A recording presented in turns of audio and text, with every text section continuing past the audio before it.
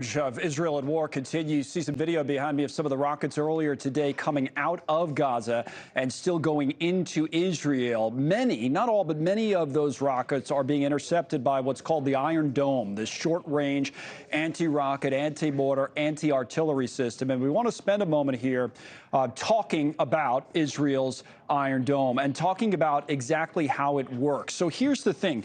Once you get an enemy that fires a rocket, which is obviously the first step, the Iron Dome can intercept that rocket at a range of 2.5 to 43 miles. So anywhere between 2.5 and 43 miles. The way it does it is it'll use radar, this radar system that detects the rocket and then intercepts it. The Israelis say the intercept rate is about 90%.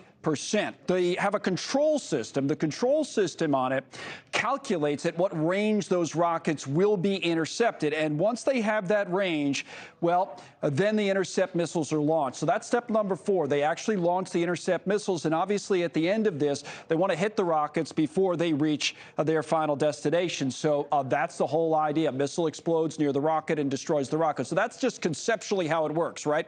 1, 2, 3, 4, 5.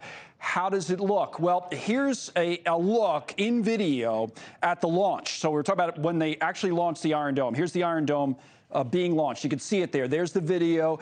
The intercept missile going up into the sky. So that's the launch. What does the intercept look like? A couple of different looks. So look at the sky here, and you'll see, there it is, the flash in the sky. That's the intercept. There was another one. This is a second look right here.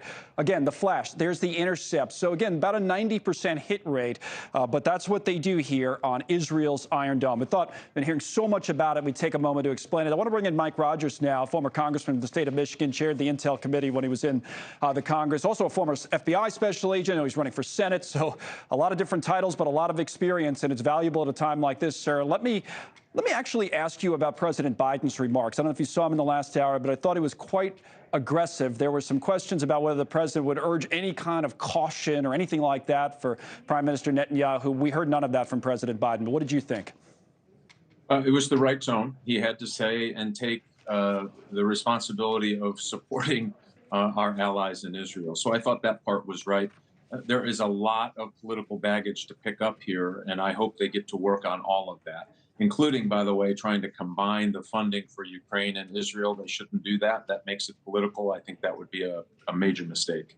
Okay, now on the response from Israel, we talked about the Iron Dome. There's still rockets coming in. So it's not as if everything's over and, you know, Israel's just sort of retaliating for the Hamas terrorist attack. They're still dealing with rockets coming in, but they are hitting Hamas, it seems like, with all that they've got. How do you think the next few days will play out in Gaza? Oh, I think they're preparing for an invasion of Gaza. I think Netanyahu, Prime Minister Netanyahu, is exactly right. The only way to stop this is to aggressively dismantle Hamas.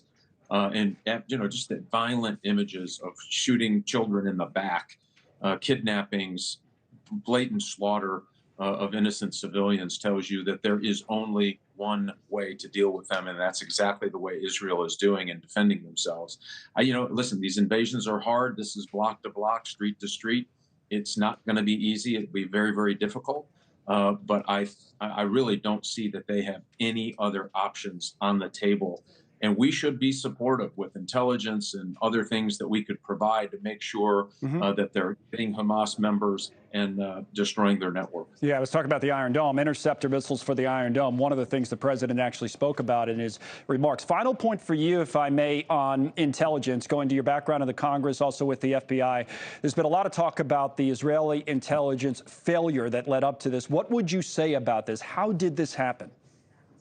Several ways. I think they had nation-state help, Iran, on both signals intelligence obfuscation, meaning that made it really difficult for the Israeli signals intelligence to collect up their conversations, number one, something for us all to study. Number two, there was a massive disinformation campaign, and we should pay attention to that as Americans. We have a southern border problem. They were allowing an increased number of Gazan citizens to come across and work. And so the disinformation campaign was, we're not going to engage in any more violence. We're just for peaceful economic relationships. And that entire time they were working against the country. And I think that disinformation campaign is what I think took Israel's eye off that ball long enough to launch this thing. And when you have nation state help, that's a game changer. Yeah, and that last point about how we should pay attention to that as Americans is probably a very important one. Thank you, sir. Mike Rogers, thanks for. Thank you for watching. Go to newsnationnow.com to find News Nation on your television provider. And don't forget to click the red subscribe button below to get more of News Nation's fact-driven, unbiased coverage.